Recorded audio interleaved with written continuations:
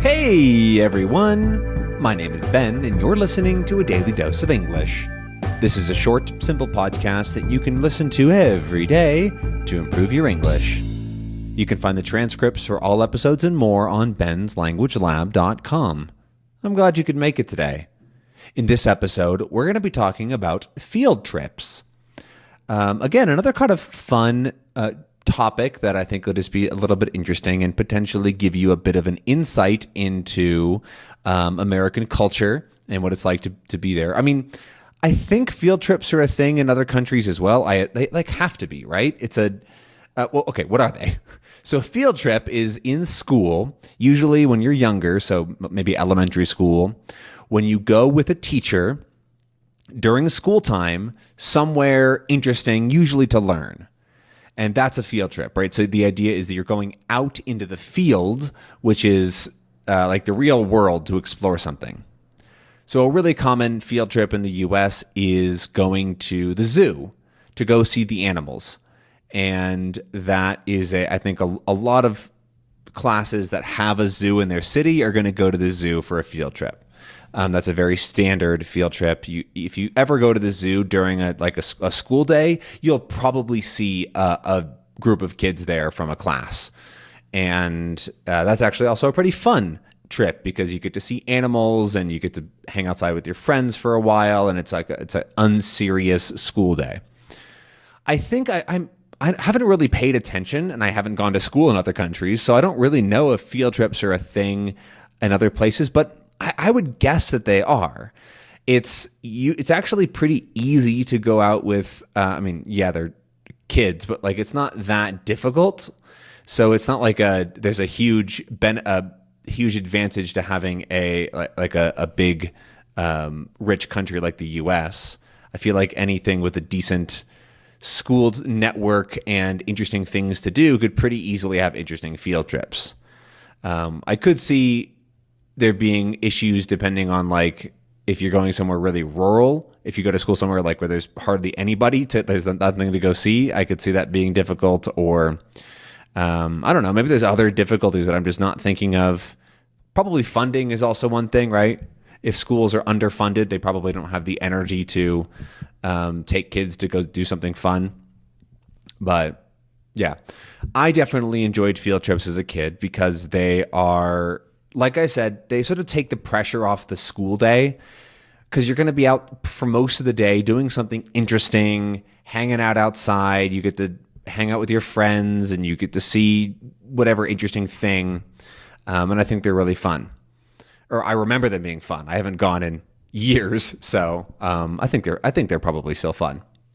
And I've been on lots of different kinds of field trips. I was lucky enough to go somewhere where we had lots of different field trips, different kinds of field trips, different lengths. So like I said, we definitely went to the zoo once or twice, which is very easy, quick. That's probably a day.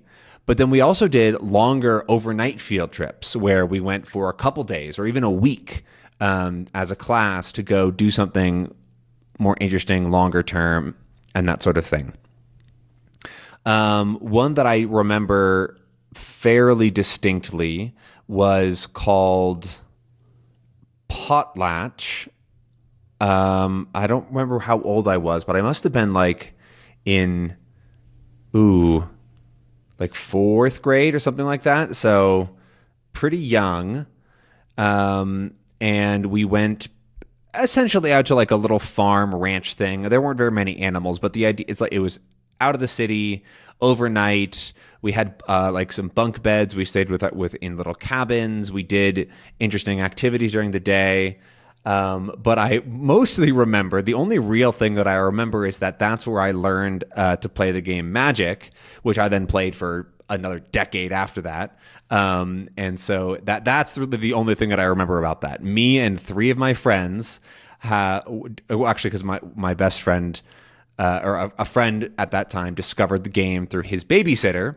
And then he brought the game to play with us at the Potlatch, and we were just inside the entire time because one of my other friends' dad had played in the past as well. So he also kind of knew. And so we were just super drawn to this game instead of being outside and that sort of thing.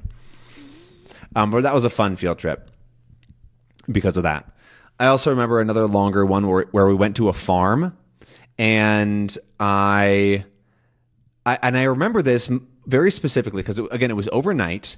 But the thing that I remember is that my best friend at the time was having a very bad time. He didn't want to go out. He really wanted to be back home. He missed his parents. He missed his family. He was feeling very homesick.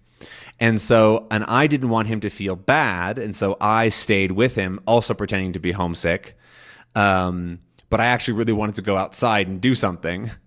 But it ended up being fine. He got over it and we had a good time. But I remember that for that specific memory. I remember like the food is also pretty good, but that's about it.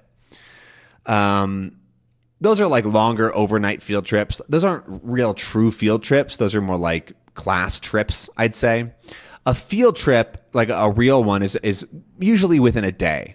So like I said, going to the zoo, or I also remember a fun one that I think I did a couple times with my class, which is called the Rice Museum. Yes, rice like the food. However, the museum did not have rice. That was the last name of the owners, who were just a regular family. And it was basically just a big house, but they collected rocks and minerals from all over the world, all different kinds of interesting rocks and minerals. And so their house was actually turned into this museum where you could see just hundreds of different kinds of rocks and minerals and very interesting things and learn about geology and earth sciences. And so that was really cool. I remember that there's a room with a black light because a lot of rocks have luminescent material that you can only really see under ultraviolet light, under a black light. And so that was really cool because you could turn on and off the light and see the rocks just change color. But when they were in normal light, they looked normal. They looked like rocks. But under the black light, they were green and purple and really bright, and it was really cool. And that's a pretty strong memory that I have about going there with my class, I think a couple times. And the other interesting place that I went is the St. Helens Museum, because I don't know if I've talked about this before, but Mount St. Helens is a mountain in, I think it's technically in Washington State, not Oregon, but it's close to Portland, where I grew up. Yeah, it's in Washington, and it's actually closer to Portland than it is to anything important in Washington. That's what it's called. Jeez. And it's a volcano that erupted in 1980. In 1980. So relatively recently, 25 years ago, almost. 45 years ago, almost. I said that correctly. 45 years ago. And it was a huge, huge eruption. It's one of the, I think, biggest eruptions in the U.S. That ever, recently. I forget exactly. I should read more about it, but it was a very big eruption and caused 57 deaths. It was very, very big, but there's a museum there now. And you can learn about the eruption, and it's really cool. So we drove out there as a class. We went in. We did we followed a tour from somebody that knows a lot about it, and we learned about this. We saw the what happened, because there are videos and things, because it was the 80s. There's actually a really good video on YouTube that collects a bunch of news footage and edited it together. That's hard to say. Edited it together because it was going to erupt for months. There were months where everybody was like, okay, this thing is going to explode pretty soon. And it took a long time, and eventually the final day it really did explode and erupt, and it was really interesting. After the fact, it was interesting. It was very, I think, for people that were alive, it was very scary to see so much ash and everything hitting the the cities too. My mom was in the area at that time and said that, yeah, it was very obvious that something humongous was happening, even though it's very far away. So, yeah, that was an interesting field trip that definitely resonated with me. But there's so many different cool field trips, and I hope that they continue to be a thing in everywhere that possibly can have them, because I think they're really good for kids to get out and explore the world a little bit while they're learning. But yeah, so that's my episode on field trips. Let me know down in the comments below, have you ever gone on a field trip? What was your favorite or most impactful one for you? But thank you very much for listening to this episode, and I'll see you again tomorrow for another episode. Have a good one. Bye.